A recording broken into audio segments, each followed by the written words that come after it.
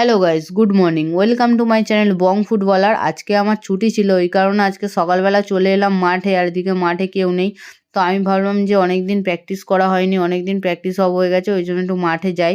আর এই মাঠটা তোমরা কারা চেনো অবশ্যই কমেন্ট বক্সে কমেন্ট করে জানাতে পারো। আর এই যে এদিকে আমার বুট, হোর্স আর মার্কার নিয়ে চলে এসেছি, তো চলো আগে রেডি হয়ে নিই, তারপর কথা হবে। তো গাইস ফাইনালি একটু হাফ প্র্যাকটিস হলো আমার, হাফ একটু দৌড়ালাম। অনেকদিন পরে যেহেতু মাঠে নেমেছি সেহেতু অনেকটা কষ্টই হচ্ছে বলতে পারো। প্রায় ১ মাস মতো বসে, সেই জন্য আরও বেশি কষ্ট হচ্ছে। তো গাইস এদিকে দেখো রোদও উঠে গেছে, তো মাঠে কেউ নেই। আর একটু প্র্যাকটিস বাকি আছে, ওটা করব তারপরে বাড়ি যাব। তো আজকে এমনি জাস্ট রানিংয়ের ওপর করছি, কোনো বল নিয়ে বা কিছু না। আজকে জাস্ট অনেকদিন পরে নামলাম বলে ওই কারণে। তো আমার সাথে জিনিসটা কি হচ্ছে, ১ মাস প্র্যাকটিস করছি, আবার ২ মাস বসে যাচ্ছি। এইরকমভাবে চলতে থাকছে দিনের পর দিন। তো যে ১ মাস প্র্যাকটিস করে যতটা কষ্ট করে উঠছি, আবার সেটা বেকার হয়ে যাচ্ছে।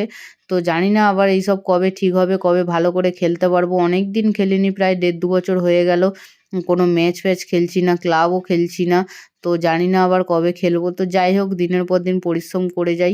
তোমরাও পরিশ্রম করে যাও, কিছু হচ্ছে না বলে কেউ হাল ছেড়ে দিও না। একদিন না একদিন ঠিক হবেই।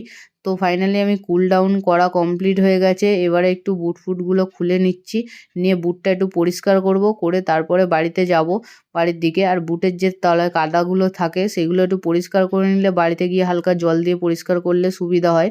তো এই খেলার বুটটা হচ্ছে অন্যদের কাছে জুতো মনে হবে, কিন্তু আমাদের কাছে এটা সবচেয়ে মূল্যবান একটা জিনিস, তাই এটা আমরা অনেক যত্নে রাখি।